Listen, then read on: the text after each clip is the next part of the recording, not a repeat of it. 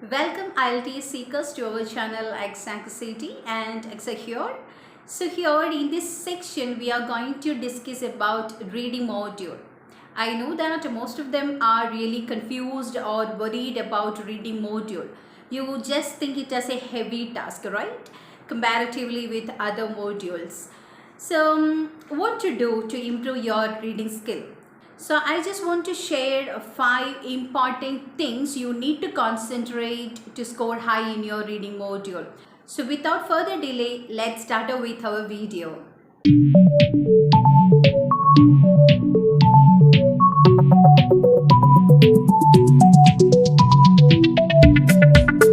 So the first tip, try to give individual attention. Individual attention for what?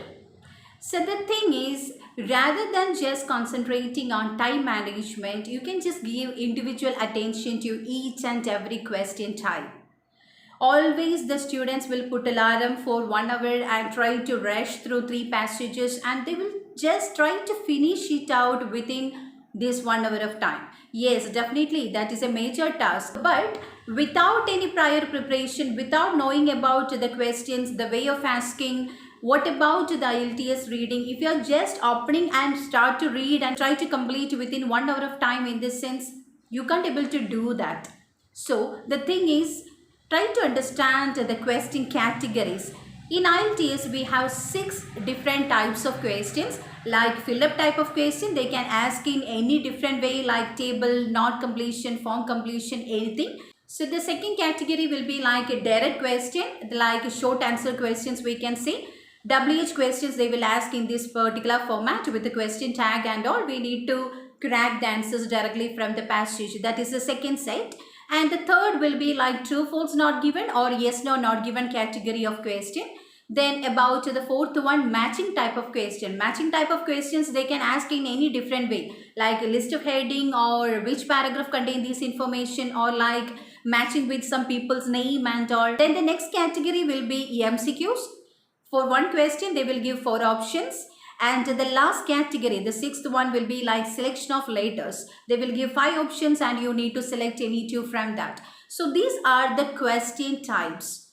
So what you need to do in this sense, try to give 3 days time for each and every question. So my point is, if you find difficulty in MCQ type of question, give some days time to concentrate only on MCQs and try to understand how they are asking the question, what you need to concentrate.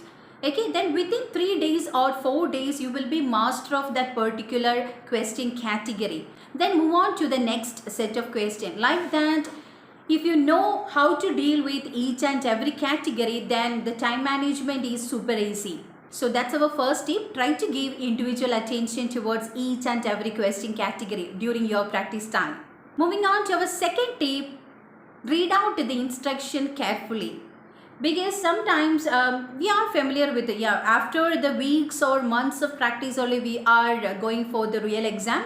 Maybe you are so worried and you are so eager to complete the things and all. Sometimes we forget to read out the instruction. Maybe they clearly mention that you can use up to 2 words, 1 word and a number, like that. So try to read out the instruction carefully. If you are writing one extra letter also, you will lose your score. Even though you are familiar with that question category, sometimes they will ask you in different way. So read out the instruction carefully. What about the word count? What about the numerical data? Whether they are asking for the numerical data or words only, try to read out that completely.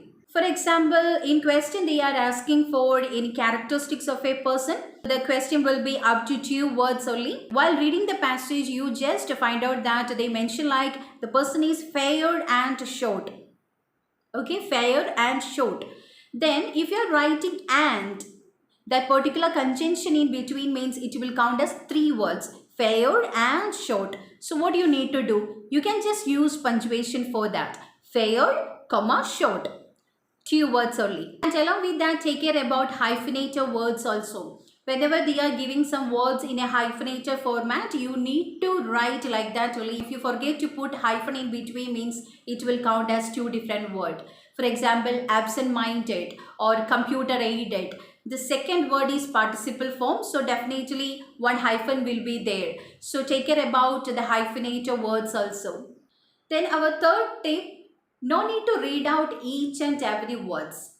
If you are trying to read each and every word and just thinking about the meaning and all, means you will stay like that only. You can't able to finish within the time. So always try to predict the meaning and move on. So you know that IELTS reading, in this sense, they will just take some part of an article or thesis or biographies, some news report.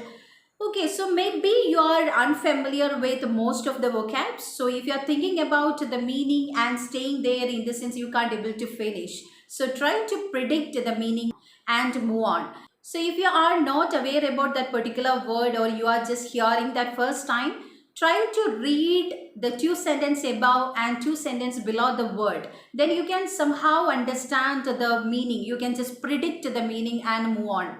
While the practicing time in home setup, also try to do like that. Whenever you find one unfamiliar word, don't jump into the dictionary or don't directly take your phone and just searching out for that particular word and all. You can do it later after completing the entire reading passage. You can just underline or mark that particular word. Then after completing the reading, you can just go through that particular word meaning. Because if you are just moving in between, means you can't able to finish the things in time. That means the time management will not be proper if you are doing like this. Because in home setup now, whenever you find any difficulty word, you will just search out for that, and coming back after this half an hour or 10 minutes, you will lose that 10 minutes of time.